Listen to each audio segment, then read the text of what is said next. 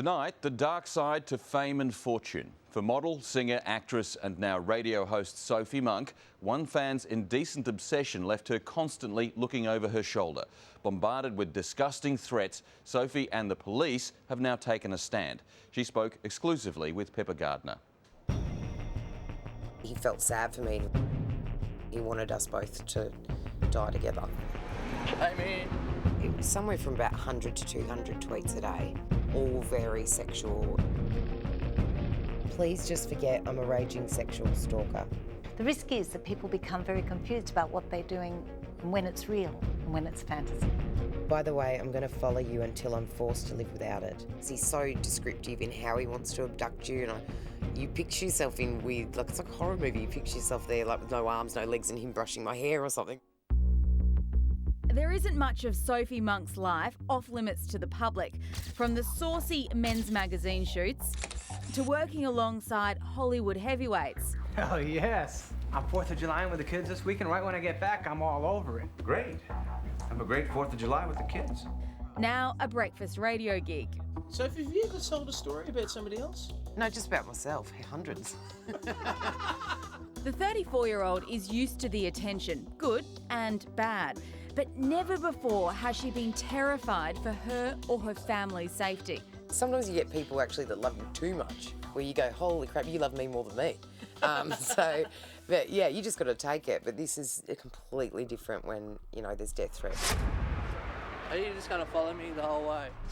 This is James McCabe, the 30-year-old Tasmanian, allegedly pestered Sophie with hundreds of sexually explicit and threatening tweets almost every day for the past 5 years. Trust me, I will never again want to kill you. Many of his posts were indecipherable rants. Pray, pray, pray. Yes, you can choose any man. Sophie's move back to Australia from LA last year only served to fuel McCabe's obsession. It's alleged he then started to threaten those closest to her. I had you, could take your family one day. I can see your niece and nephews at 9, 10, 11, 12 p.m. searching the stars. How did that make you feel when he's tweeting about your niece and nephew? Oh, sorry, hang You're okay. on. Pretty emotional thinking about it. Yeah, just because they're so little. That was the tipping point. You get a lot of strange people. I've had a lot of people that probably cross the line, I let it go. But when it's threatening your life and your family's life, he's actually a danger to other people and hallucinating that other people are me, so he could hurt other people. Terrified, Sophie decided enough was enough and pressed charges. In December, McCabe was arrested and charged with harassing her on social media. Sophie had inadvertently made legal history, becoming the first Australian celebrity to have an alleged cyberstalker charged. The legislation in this country has gone through a significant change over the past few years because of the internet, and people are now held legally accountable for their conduct online as well as offline. Detective Superintendent Brian Hay is head of Queensland Police's Fraud and Cyber Crime Group. The internet enables cyber cowards to hide anonymously in the shadows. But don't be fooled, he warns. Break the law in the cyber or real world and you will be caught. We've got to stop thinking like it's the offline world, it's the Wild West, it doesn't count anymore. The internet is part of our life, part of our existence, and how we behave on the internet is just as important as how we behave when we're walking down the street. Celebrities make their life about encouraging people to follow them and pursue them. That's what they do. So it's no wonder that some people actually get caught up in it. Psychologist Amanda Gordon says social media can be a double-edged sword. People might start off knowing that it's fantasy or knowing that they're doing something that they wouldn't otherwise do, but they can develop bravado. They can develop a sense where what they're doing is reality and then they could act on it. So just because it's through a computer does not mean it's protective and that nothing bad will happen. We've got contracts where they say, can you tweet this occasionally? Or like you can't. It's become so like influential in your business. Sophie blocked her alleged stalker, but he simply opened another account. She knows, as a celebrity, you're fair game to criticism, but there's a clear difference between criticism and vile threats. I've had people writing on Twitter, you're not the first one with a cyber stalker or something, it's for publicity. You can't get people arrested for publicity. I've learnt to go, I don't want to know. Like, and that's just what you got to do, because you're better off not knowing. So if there's anything that looks like it's bad, just scroll down. Like, you're just better off just not reading it. James McCabe is on bail and has been ordered not to contact Sophie. I want him to get help. And if he could get, you know, if he ends up in jail or in a psych ward or whatever, that'd be fantastic. And we'll let you know what happens when James McCabe returns to court.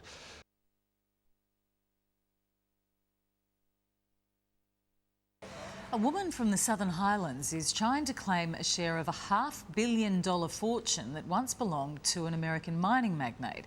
As Today Tonight's Pippa Gardner reports, the bizarre will dispute spans the globe and stretches back almost 90 years.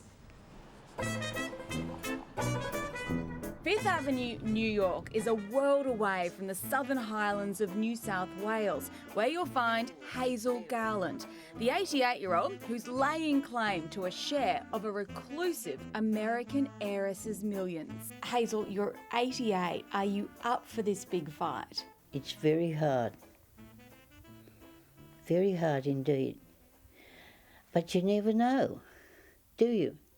Until it goes to court. To understand Hazel's bid for riches, you need to go back in time to 1925, when the Copper King of Butte, Montana, Senator William Andrew Clark, died. It was thought he didn't have a will, and his estate, worth millions, was up for grabs. Sydney family likely to gain millions. Clark Millions, another claim for a fortune. You see, the Copper King had ties to Australia. His brother Samuel emigrated here in the late 1800s. Samuel had 8 children. One was Elizabeth, Hazel's grandmother. So when their uncle William died in 1925, his 8 Aussie nieces and nephews launched a claim on his estate. Mr. James Clark of High Street, Waratah, is leading the claimants, and together with 3 of his backers will leave during the next few weeks for Montana to endeavour to prove the claim in the state courts. Grandma always said the government would not allow all that to come out of America. There was more money there than you could hope for. Hazel's grandmother and her siblings were indeed unsuccessful.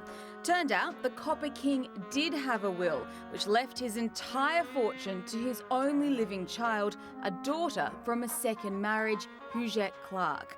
She was a New York socialite, but went into hiding at the age of 22, never to be seen in public again. She lived a solitary life while her 3 fabulous homes, including the largest apartment on Fifth Avenue overlooking Central Park, sat empty for decades. For 20 years, she lived in a private Manhattan hospital until she passed away 2 years ago at 104. With no children or husband to inherit her $500 million fortune, the battle for the Clark Millions has begun again. What would you do with the money if you did get a share of the estate? Put it in the bank. And not spend it? I'm a bit like Rupert Murdoch. You have to admire Hazel's determination, but unfortunately it could be a case of history repeating, as Huguette Clark's cousin twice removed. Under New York state law, she is too distant a relative to qualify as an heir. The only exception to that is if you can prove that you're financially dependent upon the person at the time they died, and for someone she's never seen and never met, she'll struggle to prove financial dependency.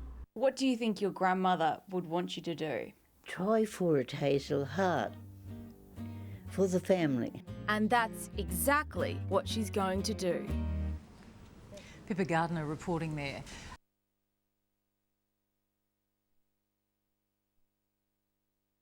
To Australia's housing crisis, places where rents are so high, slums are being created, with dozens of people crammed into small units. Landlords are making a massive profit, but in the process are creating potential death traps. Pippa Gardner has this exclusive undercover investigation. Can you tell me why you're running an illegal boarding house?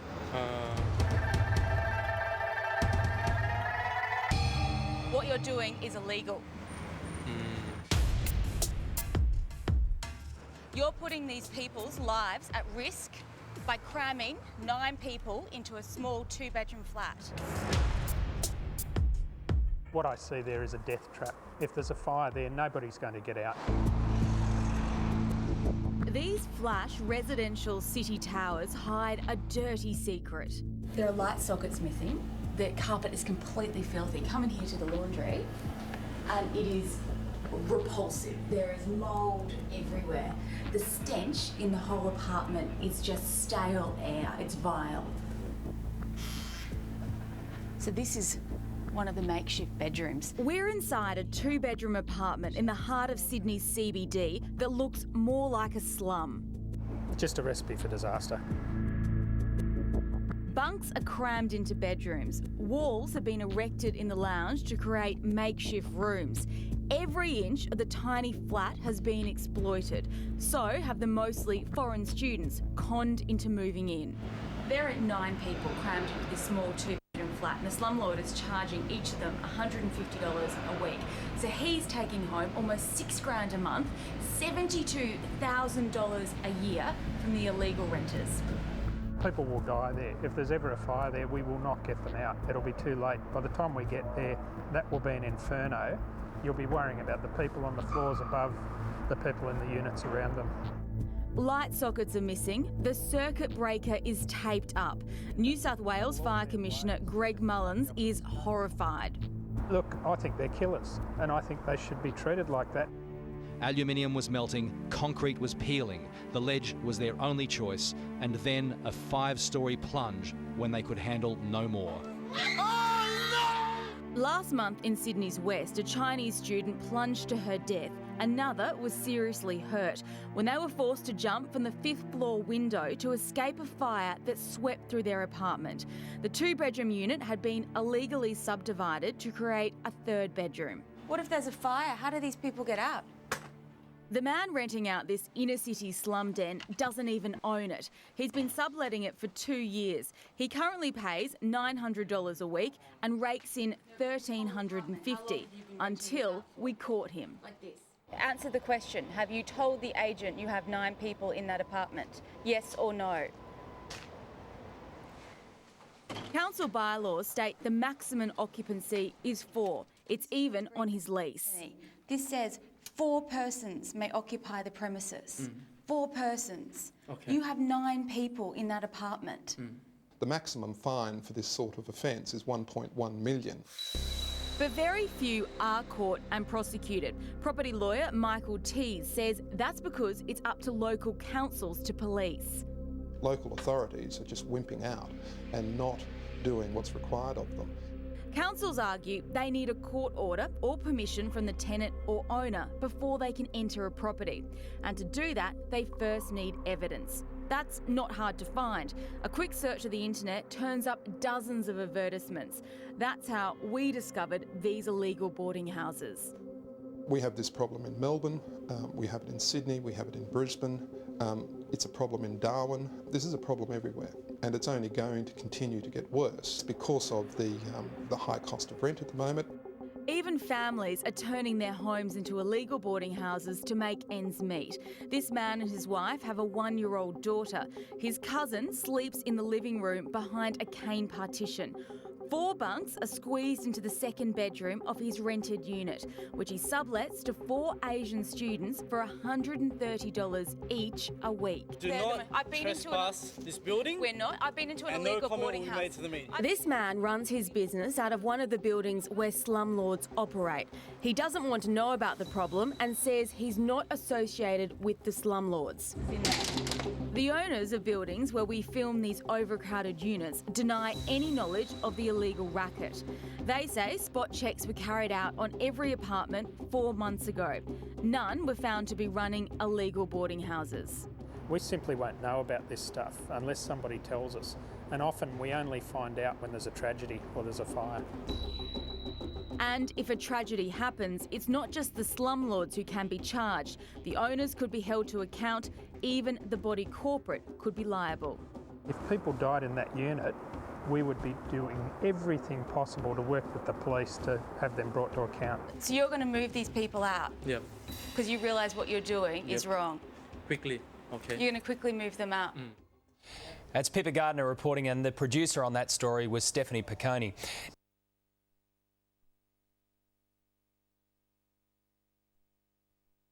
Spider-Man, Spider-Man, boom, does whatever a spider can. Spins a web. I wanted to be Spider-Man my whole life.